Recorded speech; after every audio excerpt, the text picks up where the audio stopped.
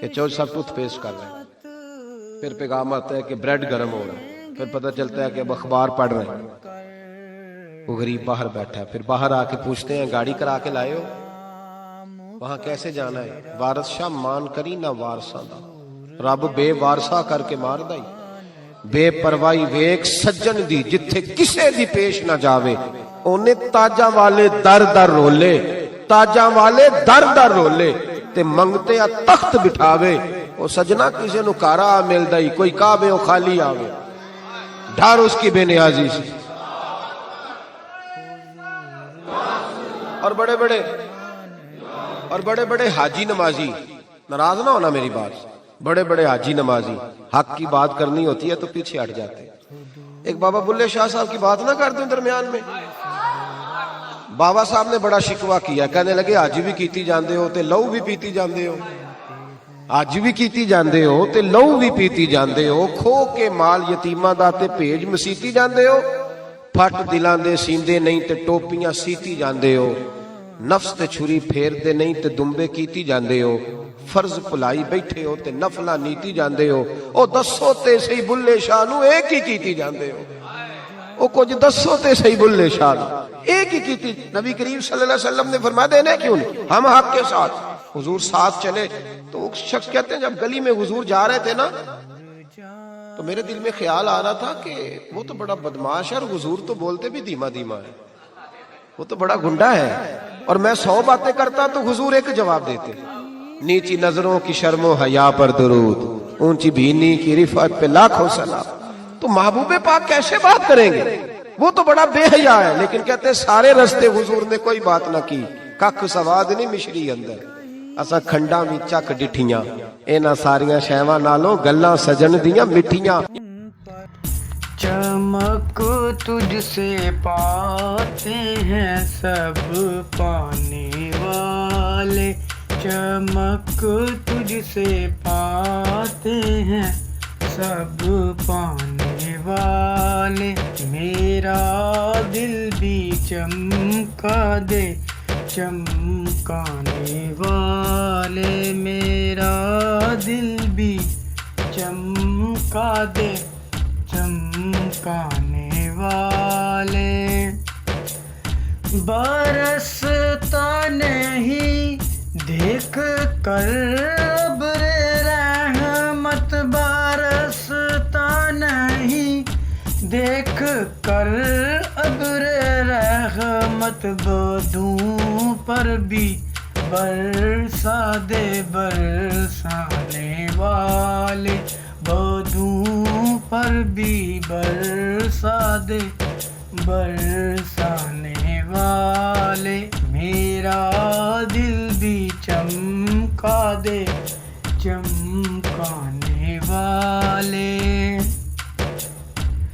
تو زندہ ہے واللہ تو زندہ ہے واللہ، تو زندہ ہے واللہ تو زندہ ہے واللہ، میرے چشم عالم سے چھپ جانے والے، میرے چشم عالم سے چھپ جانے والے، میرا دل بھی چمکا دے چمکانے والے،